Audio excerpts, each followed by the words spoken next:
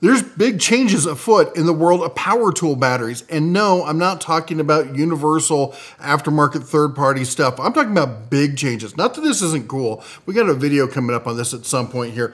But the real deal is it's not being talked about, I think, the way it should be. It's actually a pretty big change, even though it's not exactly new tech. So let's talk about it real quick. Speaking of not new, Black & Decker, a lot of people don't realize, came up with one of the first, cordless power tools, the drill here. I think it ran on NiCad, nickel cadmium batteries. And then we had the first kind of really popular one, and that was the Makita, which I don't remember if it was NiCad. Was it NiCad or was it nickel metal hydride? I don't remember which one it was. I actually had this power tool. A lot of people think this was the first cordless power tool, and it wasn't. It was just the first popular one.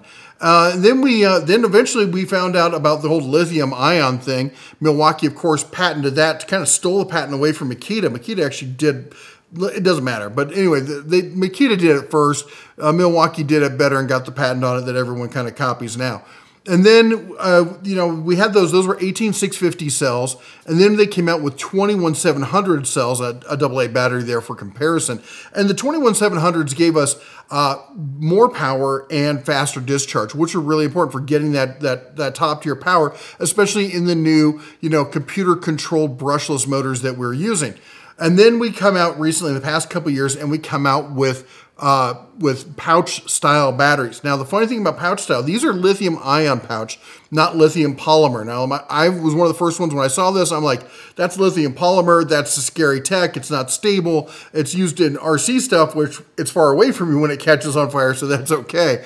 Now, but the point is that you get a lot more power per square inch because you don't have that loss of space. Between the two cells, when you have two round cells, you have that little triangle of space in there that you don't have any power in. So with the pouch cells, you can stack them, aka the power stack, and that's how you get better energy density out of that.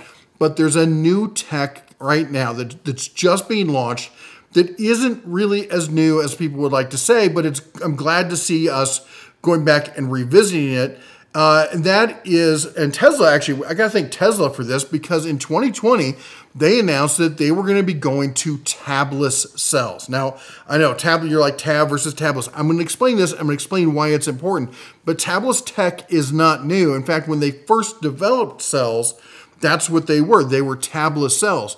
But tabless cells are expensive to produce, and manufacturing wants to do things cheap and fast and save money. So that's why they went to tab, because it's easier and it's cheaper to produce. Now, a standard battery, and here, let me blow it up so you can actually see what I have here on my screen. This is like your standard battery here. You've got, a chemical wrap there in the cylinder, and then you've got the cathode, that's the positive part on the top, and then you've got the anode, that's the negative part on the bottom. The power flows in through the top, out through the negative, and that creates your electrical circuit. That's a standard battery. Now, what happens though is inside there's the circular construction of the anode separator and then the cathode. You can't have the two touch, otherwise that'd be a short. So in that, what you do is you have all those different sections pulled together to make contact. Now, if you look at this, what happens when you take electricity, you run a bunch of power through it, and you wrap it into a small thing as you can get. What do you get? You get heat. And heat does what to batteries? Anyone? Fred? Yeah, that's right. Fred's right. It kills batteries. Heat is bad. You don't want heat in your batteries. They're two things that do not taste great together.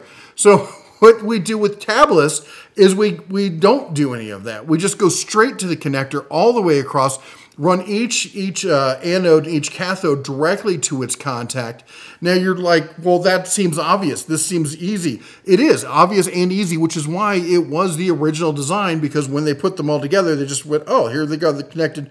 Let's slap them together. But it's harder for mass manufacturing because anyway, trust me, it's harder for mass manufacturing. So they came up with the tab design so they could just put these little tabs on them, pull those tight, make them small, compact, less material, and easier to connect. But you get the heat, and what does heat do to electricity? It reduces the amount of electricity it can flow through. It creates a resistance. And with tablets, you get better discharge, and less heat, which means not only is it faster and easier, it doesn't wear down the batteries as fast, which means your batteries are gonna last longer. That's why this is important, okay?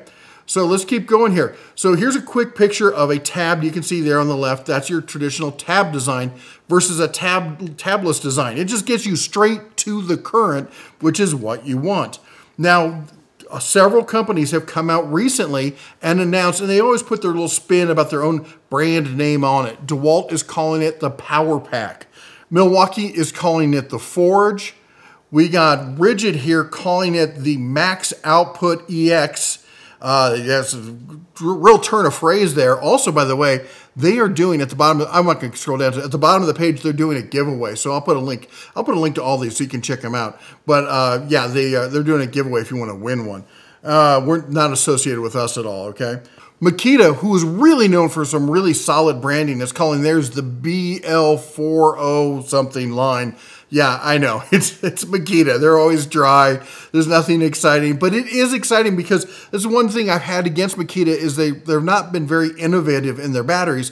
And here we're seeing tabless designs. I don't think they're out in the States yet. In fact, I think a lot of these, we also have Bosch. Bosch is doing their Power Core design, 18 volt Pro. Again, nothing on this jumps out. It's like, hey, this is tabless, but they're doing the new tabless design. But again, not yet in the US. And even Ryobi has what they're calling the Edge, the Ryobi Edge. We'll sell you the whole battery, but you only need the Edge. Come on, give me a like if you get the reference. Anyway, these are all going to be tabless designs, and you're going to see them first. As we can see, we've seen them first in the professional line, and then now Ryobi, I think, is going to be the first of the DIY consumer grade ones that we're going to see. We haven't seen them in Craftsman. We're definitely, I don't think we'll ever see them in Black & Decker. You know, maybe at some point down the road we'll see them in Cobalt, and then over at Harbor Freight, maybe in the Hercules and the Bauer designs. Here's the thing, with stuff like this, it's gonna take time for this stuff to mature as a manufacturing process to make it cost effective and to roll it out. They can do it with the DeWalts and the Makitas and the Milwaukees because those are high-end premium batteries, and because of that, they have a lot more margin built into them. So charging a few bucks more to go tabless, the pros will just eat that. Whereas the DIYer who's looking at a $20 versus a $25 battery is like, oh, I don't know, is it worth it?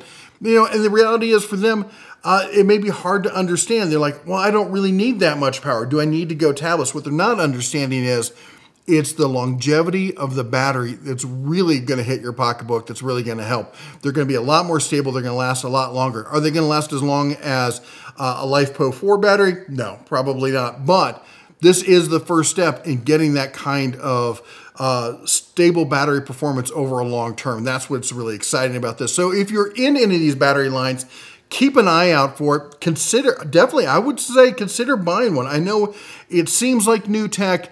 It's not really new tech. People have been doing this kind of where they started. Tesla's been doing this. The tech is out there. It's just, getting them to be able to do it at a cost to performance level that makes sense.